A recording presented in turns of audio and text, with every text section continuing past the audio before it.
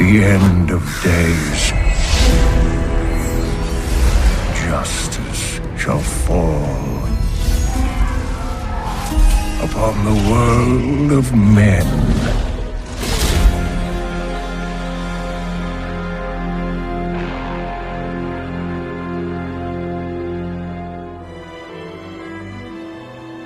Since the dawn of time, a perpetual war called the Eternal Conflict has raged between the hosts of the high heavens and the legions of the burning hells. Amid this battle, a group of rebellious angels and demons sought refuge. And so, they created the mortal realm of Sanctuary, using a monolithic crystal known as the World Stone. Hidden from the eyes of the heavens and the hells, Sanctuary became an oasis of peace, but its serenity did not last. In time, evil crept into the world and began a relentless crusade to twist the souls of mankind to its dark will. Players were invited to take on the role of a lone hero and explore Tristram, a town under siege by Diablo, the Lord of Terror, and his hordes of foul demons. With the help of the wise Herodric scholar Deckard Cain and other memorable characters such as Wirt and Ogden, players ventured into the haunted tombs, catacombs, and caverns sprawling beneath the town, and faced nightmarish foes like the Butcher, the Skeleton King, and eventually the Lord of Terror himself. Diablo 2's 4-act story would lead players on a gripping campaign to track down the lone hero who had defeated Diablo in the first game. In the wake of his victory, this mortal champion had sought to imprison the Lord of Terror within himself. While his intentions were noble, the hero fell to the Lord of Terror's corruptive influence. Known afterward as the Dark Wanderer, he set out to find two of the Burning Hell's other demon lords, Baal, the Lord of Destruction, and Mephisto, the Lord of Hatred. Diablo 2's cinematics would tell the story from the viewpoint of Marius, a tragic character accompanying the Dark Wanderer. In-game, players would witness the aftermath of the Wanderer's deeds as they raced to thwart his quest.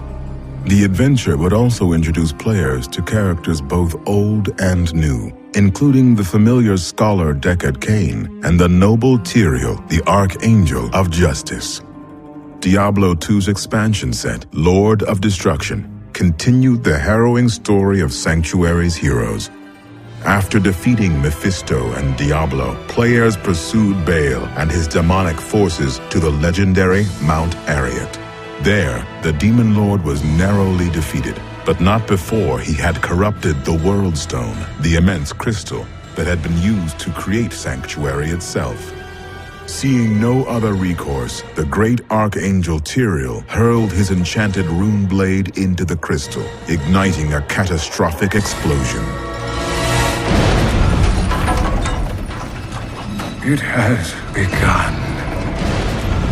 In Diablo 3, Deckard Cain appears once again, along with a new character, Leah. The story takes place 2 decades after the World Stone's destruction, when a fiery comet appears in the skies, careening toward Tristram's dilapidated cathedral. Drawn by this foreboding omen, players venture out to investigate the comet and discover its true meaning.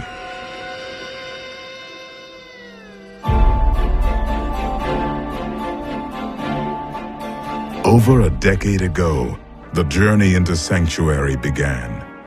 In 1995, a small development studio named Condor Games set out with the ambitious dream of creating a claymation turn-based single-player RPG. Its working title was Diablo. Condor pitched its radical idea to various publishers, until the company approached Blizzard Entertainment, a developer fresh off the success of its real-time strategy game, Warcraft 2. The promise of swords, sorcery, and slicing through waves of demons was enough to sell Blizzard on the idea. The two companies dug in and set to work on Diablo, but not without making a few changes to the game's state. Diablo's turn-based mechanic was replaced with real-time combat. In hindsight, this was a crucial decision. The game's relentless hack-and-slash feel would become one of the franchise's cornerstones. As work on Diablo moved forward, Blizzard was increasingly impressed with Condor's creativity and design savvy. Halfway through the game's development, Blizzard's parent company, Davidson & Associates, acquired Condor. The studio was later renamed Blizzard North.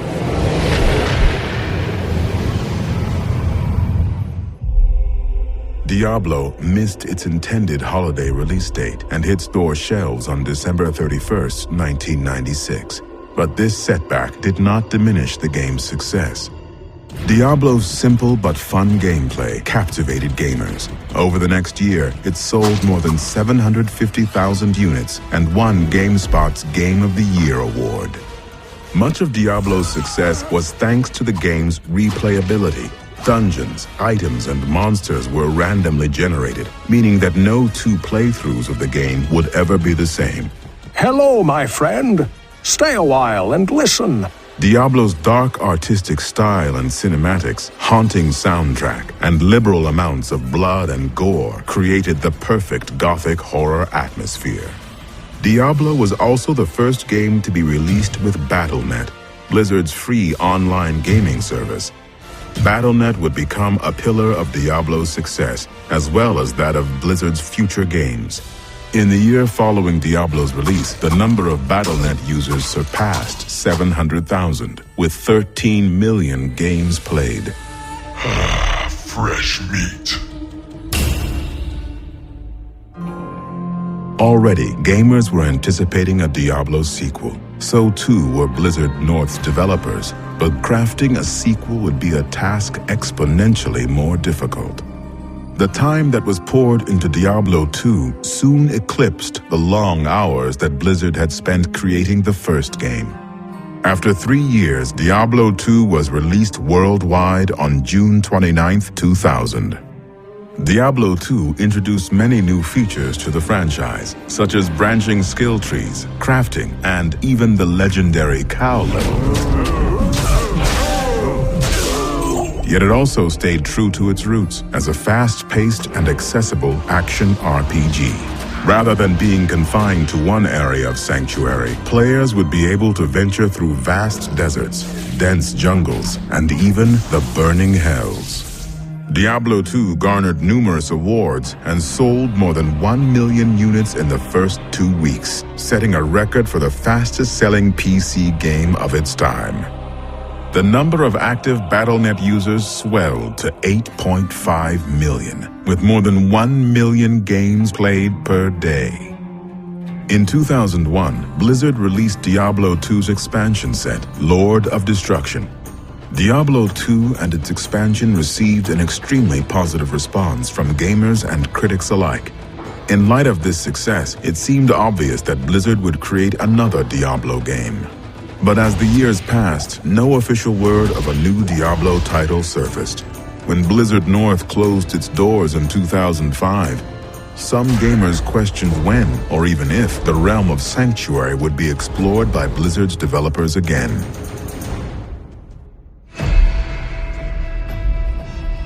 In truth, development on Diablo 3 had begun in 2000, although this early version of the game was altered drastically over time. Following Blizzard North's closure, some of Diablo's developers moved to the company's headquarters in Southern California. There, work progressed on what would become Diablo 3.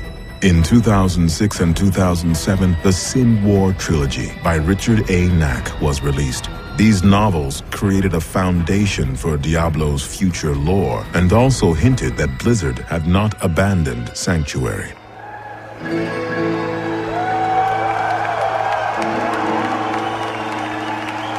The truth was finally revealed on opening day of Blizzard's 2008 Worldwide Invitational in France.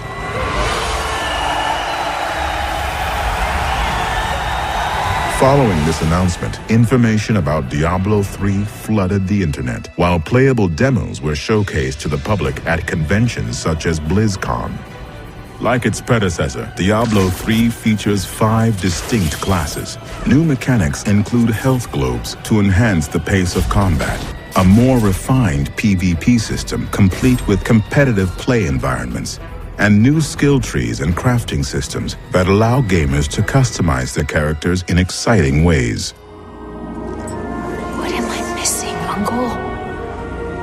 What am I supposed to see? Some of Blizzard's most compelling cinematics to date were created to bring Diablo 3's world and story to life in astounding detail. Nearly every facet of Diablo 3 is poised to do just as its predecessor had done, to provide the lands of Sanctuary with even greater depth, and perhaps for the first time, truly bring them to life. But even so, a vast road of potential still lies ahead. Only time will tell where it leads next, and what terrors await players in the years to come.